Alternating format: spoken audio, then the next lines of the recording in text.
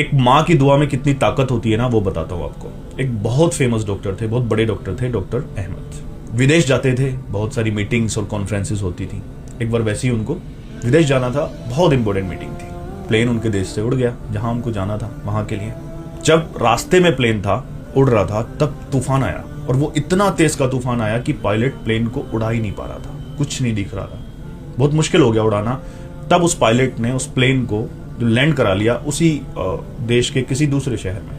उन्हें टाइम पर पहुंचना था, बहुत ज़रूरी मीटिंग थी, परेशान हो गए।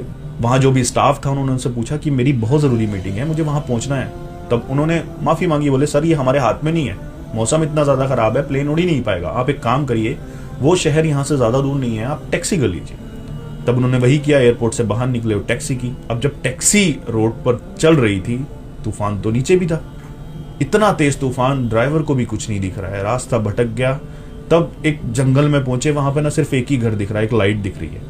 अब ड्राइवर बोला बहुत बुरे हालात हैं यहाँ के, ये इतना ज्यादा तूफान है, मैं चला नहीं पाऊंगा, थोड़ी देर हम उस घर में रुक जाते हैं, वो लाइट वहां से दिख रही है, वहां कोई ना कोई रह जरूर रहा होगा। ड्राइवर वहां लेकर गया टैक्सी को, उसने दरवाजा खटखटाया, अंदर से आवाज आई कि दरवाजा खुला है, आप अंदर आ जाइए। ऐसे ही वो अंदर गए, उन्होंने देखा कि एक बूढ़ी माँ चम्मच से अपने बेटे को खाना खिला रही है। उस माँ ने कहा आप बैठ जाइए वहां पर, मैं अपने बेटे को खाना खिला कर आती हूँ। अब वो बेटा अच्छा खासा था, लेकिन फिर भी चम्मच से खाना खा रहा था।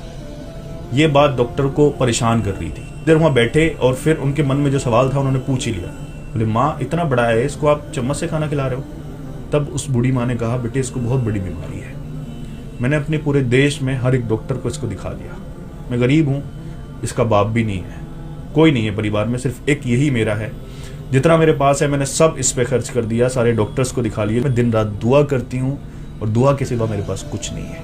डॉक्टर ने पूछा फिर क्या इसका इलाज ही नहीं है? बोले नहीं, इसका इलाज है। सारे डॉक्टर्स यही बोलते हैं कि दूसरे देश में, दूसरे मुल्क में डॉक्टर अहमद नाम का कोई डॉक्टर है, सिर्फ वही इसका इलाज कर सकता है। डॉक्टर अहमद के पैरों के नीचे से जमीन निकल गई, उनकी आंखों में आंसू बहने लगे और बोले माँ तेरी दुआओं ने एक प्लेन को आसमान से नीचे उतरवा दिया, एक टैक्सी तूफानों ने मोड़कर तेरे दरवाजे के सामने लाकर खड़ी कर दी, मैं ही वो डॉक्टर अहमद हूं जिसको तूने दुआओं में मांगा है। तो सब कुछ मेहनत से नहीं मिलता, बहुत कुछ खुदा ने दुआओं में छुपा रखा है, वो स्पेशली माँ की दुआओं में। माँ की दुआएं अर्श को चीर देती हैं।